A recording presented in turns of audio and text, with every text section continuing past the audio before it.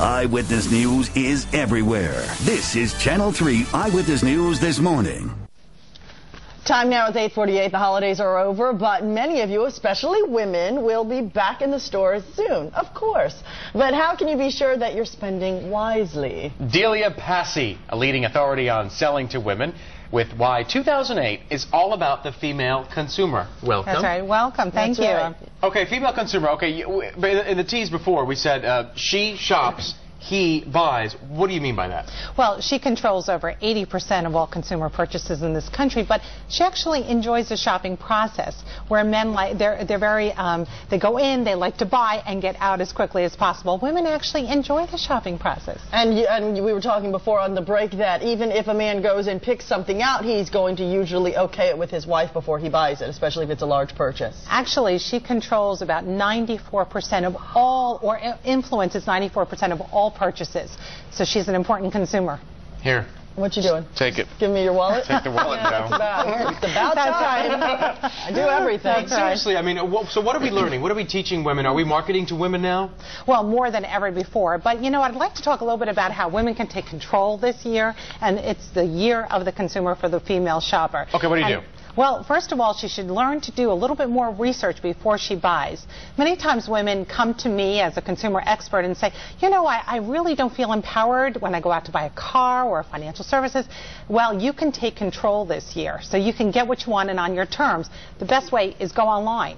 Do research. Do competitive research. Find out the service policies, the return policies, pricing options. It's really easier than ever now. Ever. Okay, no number excuse. 2 on that list, let's try to go through them here. Choose a specialist. What does that mean? Well, sometimes you might want to go, instead of the big box retailers, you might want to even start with the small specialty stores that have experts that know more about those products and services. To educate yourself. Exactly. Number 3 is be direct.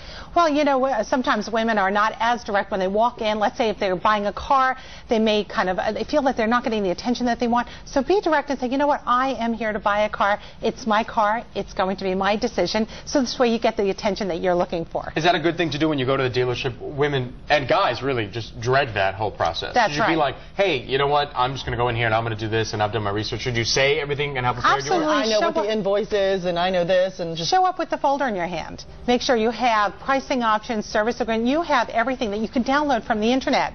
And this way you're prepared and you can say, hey, this is a serious shopper. All right, what else is on that list?